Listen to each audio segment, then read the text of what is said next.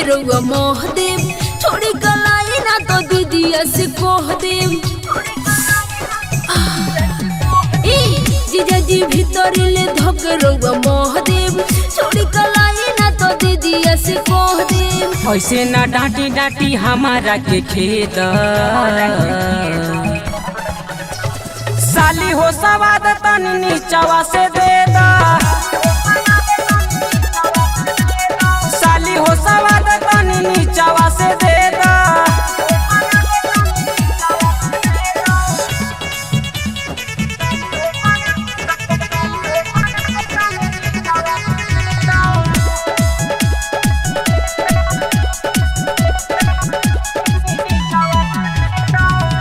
छुअल समान हमर पर जाई भारी छूट जाए रिलेशन होई किस फौदारी। देखी मारा छोड़ी ना।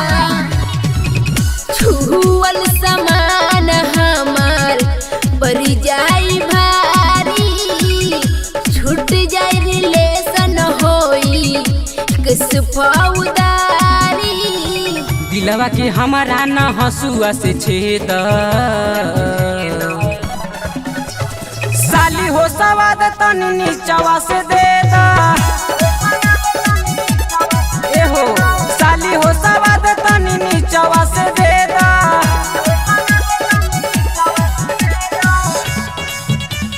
Mixed by Grande Music.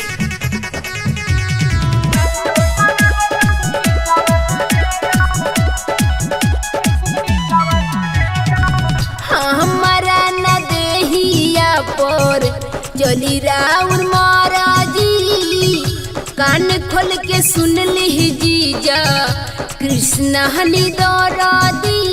बात मानी दीदी बिया ना।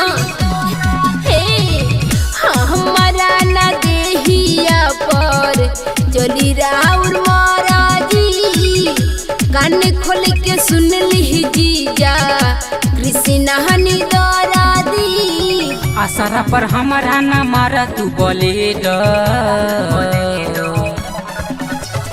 साली हो सवाद तनी नीचवा से दे दा। सुनो ना साली हो सवाद तनी नीचवा से दे दा। जीजा जी भीतर ले धक रउआ मोह देव छोड़ी कलाई ना तो दीदिया से कोह देव। ऐसे ना डांटी डांटी हमारा के खेद साली हो सवाद तनी नीचवा से दे दा।